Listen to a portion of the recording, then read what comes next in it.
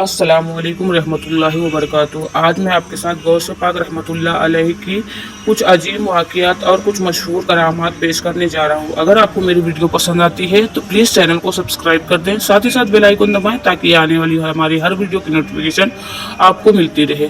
वाक़िया गौसे आज़म का अल्लाह पर तवक्कुल और सिद्क़ का इम्तिहान।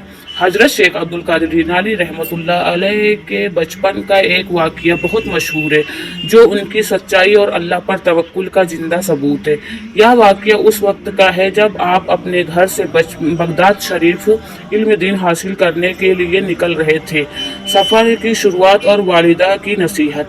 हज़रत शेख अब्दुल कादिर जिलानी रहमतुल्लाह अलैह की वालिदा एक निहायती मुत्तकी और परहेजगार औरत थी। जब आप घर से रुखसत हो रहे थे तो उन्होंने आपके कपड़ों में 40 दिनार सिलकर रख दिए और कहा, बेटा हमेशा सच बोलना, किसी भी हालात में झूठ मत बोलना, चाहे कुछ भी हो जाए। यह उनका आखिरी जुमला था जो आपके दिल पर गहरा असर कर दिया। डाकू का हमला। बगदाद का सफ़र उस वक्त काफ़ी मुश्किल और ख़तरनाक माना जाता था, क्योंकि रास्ते में अक्सर डाकू लूट मार किया करते थे। हज़रत शेख अब्दुल कादिर जिलानी रहमतुल्लाह अलैह का काफिला जब एक जंगलात से गुजर रहा था तो एक डाकू ने उन पर हमला कर दिया। उन्हें सारे मुसाफिरों को लूटना शुरू कर दिया। जब डाकू हजरत गौसे आजम के पास आए और पूछा, तुम्हारे पास क्या है? हजरत ने पूरा इत्मीनान लहजे में जवाब दिया, मेरे पास 40 दिनार है जो मेरे कपड़ों में सिले हुए हैं। डाकू यह सुनकर हैरान रह गया। उसको यकीन नहीं आया कि कोई शख्स अपनी दौलत का इतना आसान इजहार कैसे कर सकता है। उसने आपके कपड़ों की तलाशी ली और वाकई 40 दिनार मिल गए। डाकू का सरदार और गौसे आजम का जवाब। यह बात के सरदार तक पहुंची। जब उसने यह वाक़या सुना तो उसने हज़रत अब्दुल कादिर जिलानी रहमतुल्लाह अलैह को अपने पास बुलाया और पूछा, तुम्हें इतनी आसानी से क्यों बता दिया? क्या तुम्हें डर नहीं लगता कि हम तुम्हारा माल लूट लेंगे? हज़रत शेख अब्दुल कादिर जिलानी रहमतुल्लाह अलैह ने मुतमईन लहजे में जवाब दिया, मुझे मेरी वालिदा ने नसीहत की थी कि कभी झूठ मत बोलना।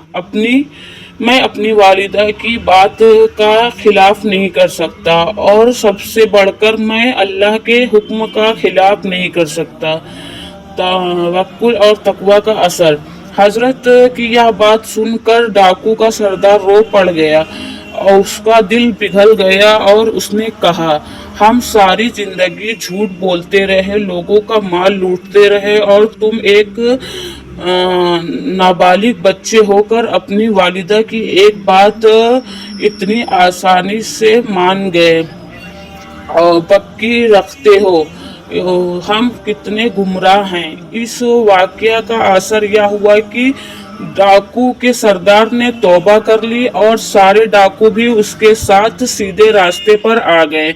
उन सब ने अपना लूटा हुआ माल वापस कर दिया और हजरत शेख अब्दुल कादिर जिलानी रहमतुल्लाह अलैह के हाथों ईमान लाए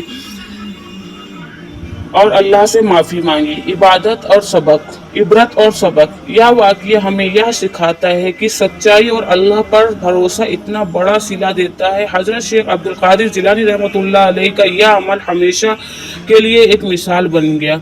उनकी सिर्फ एक बात ने न सिर्फ डाकू के दिल बदल दिए बल्कि उन्हें एक नए रास्ते पर चलने का हौसला दिया।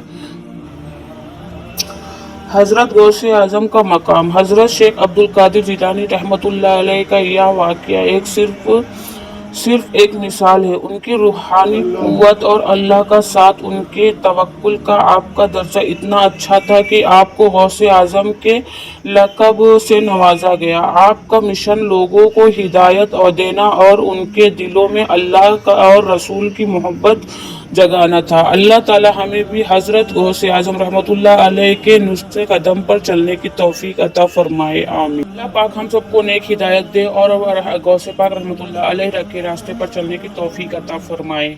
हम सबको अल्लाह ताला दीन और दुनिया की दौलत से मालूमाल फरमाए। अगर आपको यह वाक़या पसंद आया तो चैनल को सब्सक्राइब ज़रूर करें ताकि मैं आपके लिए इसी तरह की एक नई वाक़यात लेकर आता रहूं। चैनल को सब्सक्राइब करें, साथ ही साथ बेल आइकन दबाएं ताकि हमारे आने वाली हर वीडियो की नोटिफिकेशन आपको मिलती रहे।